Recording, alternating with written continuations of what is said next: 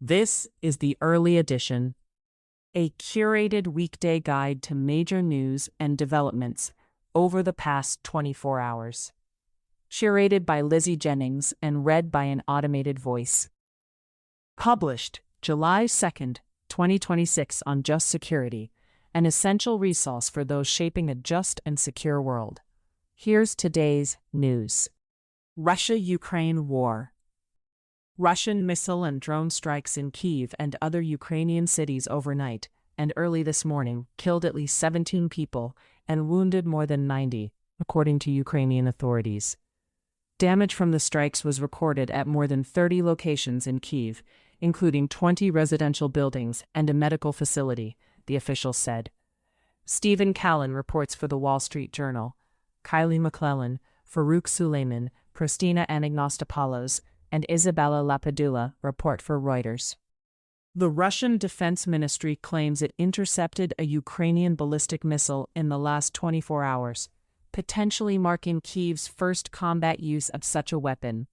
The ministry did not specify where the intercept took place, nor did it identify the specific missile type.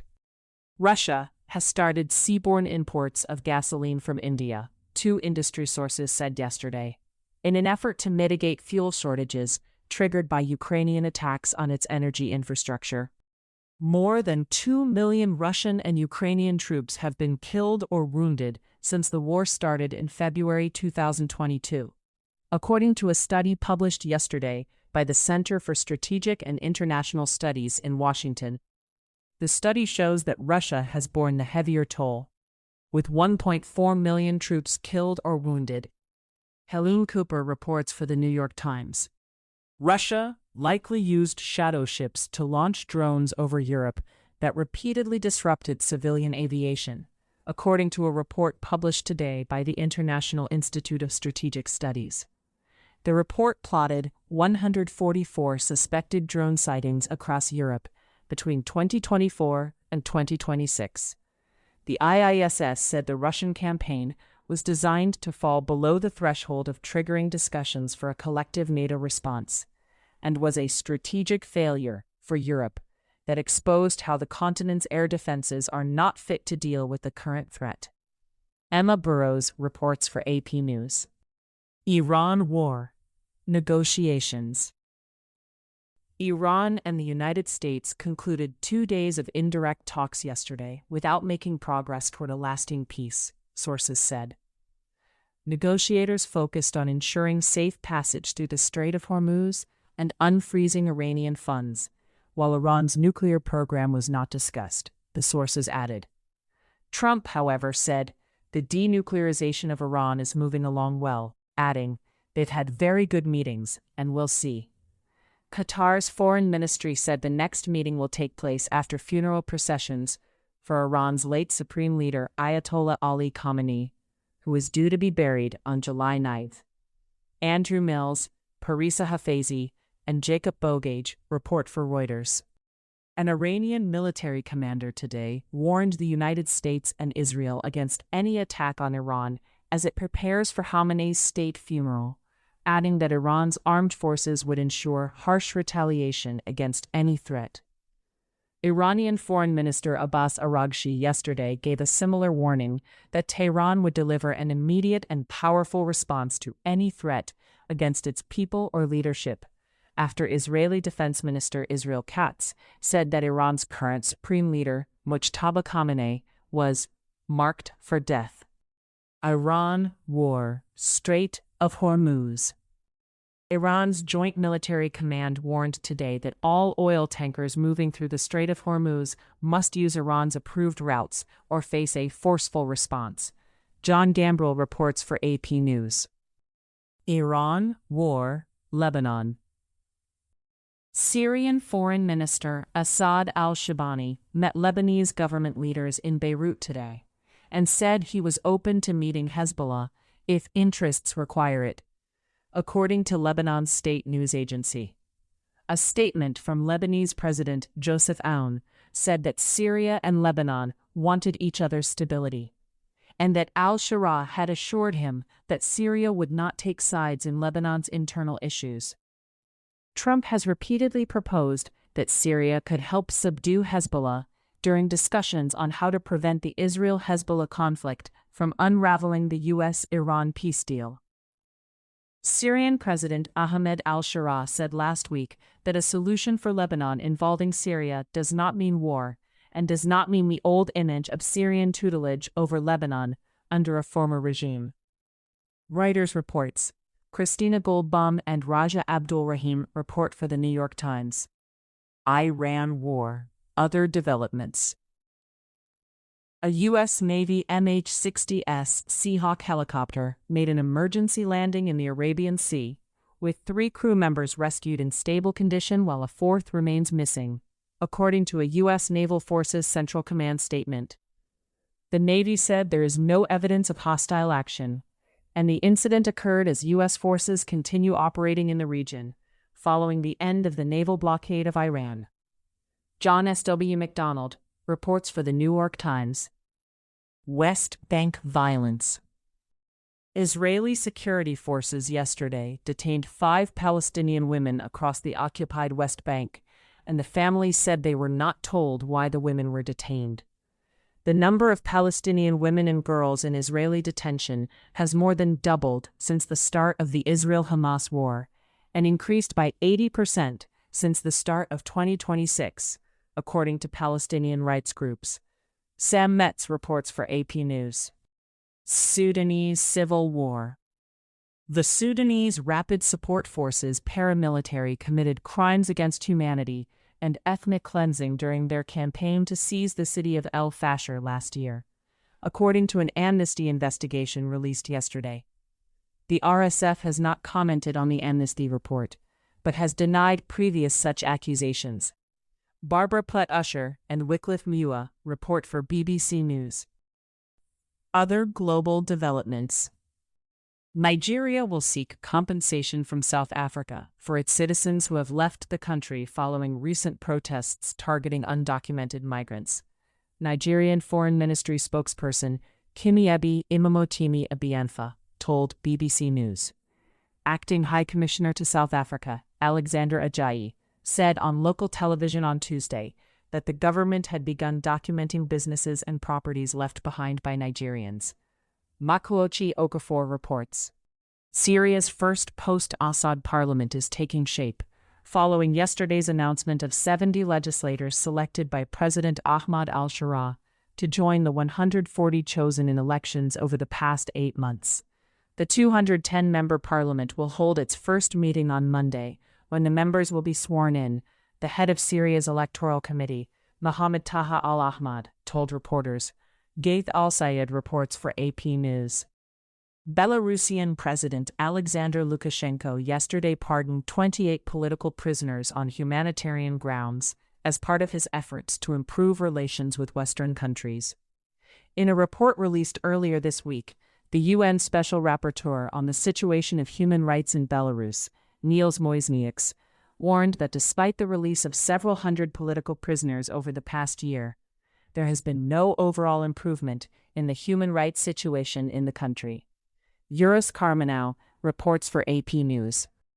German federal prosecutors said today that a Ukrainian national tied to the 2022 Nord Stream pipeline blasts has been charged with being an accomplice to a war crime, disruption of public services, causing an explosion, and destroying structures, Reuters reports. U.S. Foreign Affairs. The United States has resumed some air shipments of U.S. dollars to Iraq after suspending them for several months to pressure Baghdad to curb Iranian influence and crack down on Iran-backed militias, according to 2 aides to Iraq's prime minister. The move follows texts by Iraqi Prime Minister Ali al-Zaidi to bring militias under state control and launch an anti-corruption campaign. Raja Abdul Rahim and Fali Hassan report for the New York Times.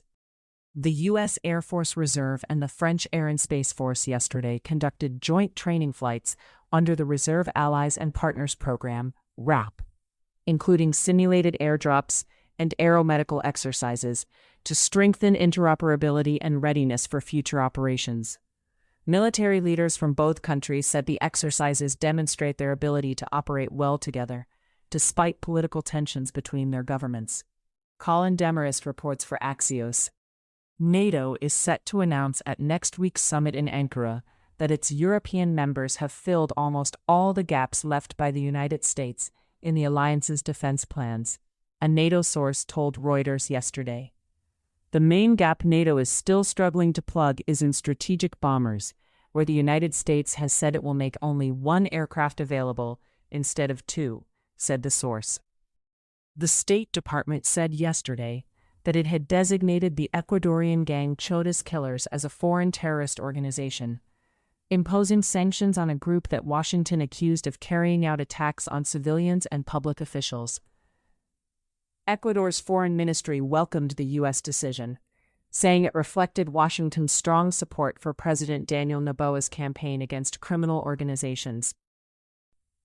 U.S. immigration developments.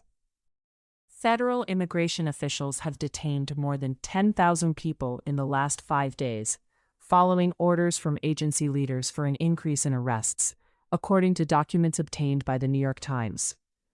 An official said that it was unclear how long this new pace could continue, but that ICE officials had been told that 2,000 arrests a day was the new standard for enforcement.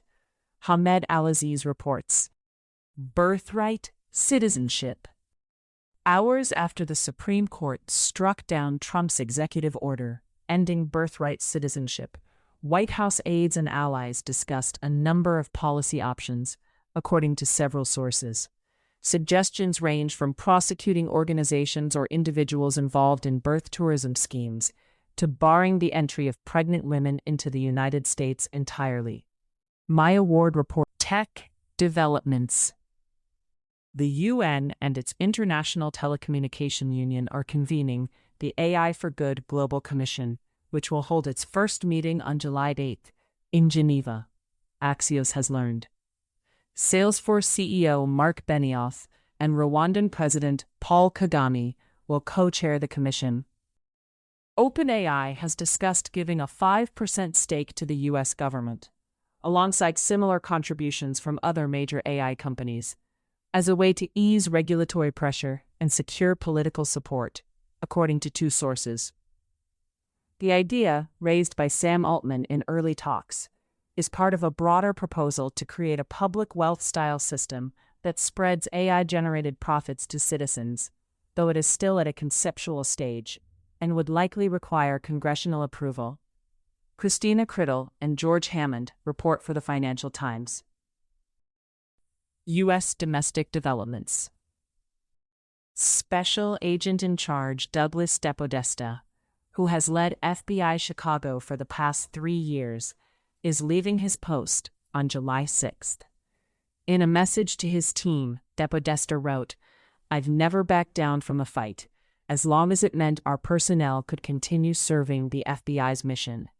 Unfortunately, that has proven unpopular over time, and my departure is a consequence of that." It remains unclear what he was referring to when he said his efforts were unpopular. Chris Ty reports for CBS News. Colorado Governor Jack Polis, D., fired 2 members of his clemency board yesterday after they spoke out against his decision to commute the prison sentence of the election denier Tina Peters. Jack Healy reports for the New York Times. 19 former military and defense officials praised Democratic governors who declined to send National Guard troops to Washington, D.C. for this weekend's America 250 celebration in letters sent yesterday, arguing that such deployment risks politicizing the military and harming civil-military relations. Justin Kaufman reports for Axios. Trump administration actions. Trump said yesterday that Acting Director of National Intelligence Bill Pulte would be in his role for a month or 2 months or something, and is empowered to declassify almost everything. Gregory Svirnovsky reports for Politico. FBI Director Kash Patel failed to properly disclose a 6-figure purchase of stock in a Bitcoin-fueled business intelligence and mobile software company that has contracted with the Department of Justice, according to federal financial records reviewed by notice. Trump administration litigation. Former CIA Director John O. Brennan's lawyers yesterday asked a federal judge to order the Trump administration to preserve all records related to ongoing Justice Department investigations into the former CIA director, saying they may later use them to argue any potential charges amount to vindictive or selective prosecution. Alan Fire reports for the New York Times. A federal judge has blocked the U.S. Postal Service from implementing Trump's executive order on mail ballots, ruling it violates a 2021 settlement requiring USPS to ensure timely and neutral handling of election mail.